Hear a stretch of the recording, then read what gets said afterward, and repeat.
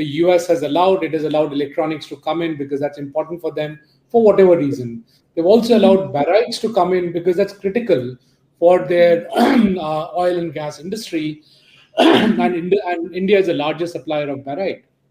If we stop supplying barytes, the US oil and gas industry will come down to its knees, pretty similar to the effect that happened when China stopped supply of rare earth magnets. Are we going to do that? That's not what we're suggesting. But the point is that there are multiple leverages besides investments that India has. And if others can use, using the US language, their cards, then we can also use our cards. And there are multiple such cards that exist. It depends on how open are we to use these cards. And also, the fact is that we are not here for our ego. Our politicians are not in Shanghai or wherever else because of ego. They're here to solve a problem. They're here to ensure that our businesses are protected, our jobs for our people is protected, and therefore, can we find an alternate to the US market? As I said, it's not just US plus one, but US plus many. If you look at the larger picture, the combined economy of the member countries of SCO is still smaller than the size of the US economy. So that's the kind of difference we're talking about. Even though it represents 42% of the global population, it's still not there in terms of being an alternate to the US economy. Also, the US weakening down is not something that's in India's interest.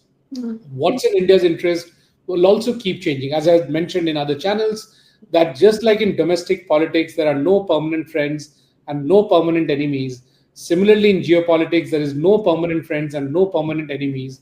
It's our national interest, which is important. And even that keeps changing. What's of national interest today will change tomorrow. And we need to have the ability and the autonomy to ensure that the will of our government is enforced, and that what's good for our country is taken forward in an amicable manner. Till now, we have been talking about platforms and organizations which are rule-based, and we have been participating in it with great vigor, have been in the United Nations with great vigor. But you look at the kind of structure we have in UN. The largest country in the world is not even in the permanent member of the United Nations. The fourth largest economy in the world is not a permanent member of the United Nations. So obviously these are rule-based order, but the rules are not ours.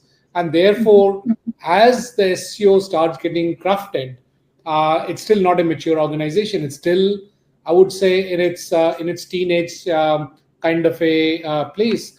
We need to ensure that the rules are aligned for what is in our interest. Now, if you look at the member countries, they are largely member countries which are neighboring China or member countries which are encircling India.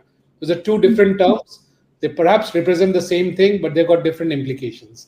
And therefore, you see the SCO clearly has been crafted in China's interest. And that's what any nation will do. If they have taken up an initiative, they will craft that platform as per their interest. Therefore, it's important for India to make sure that that platform also supports India's interests. Till the time it does, India will be part of it. The day this platform stops supporting India's interests, India will not be will not be part of this platform. And Rajnath Singh's walking away, not signing that agreement, or Ajit Doval's walking away because a wrong map was shown. I think those show what is the strategic intent that India has. We will be part of this as long as it serves an interest. The day it stops serving our interest, we will not be part of this scene. Absolutely, Mitali.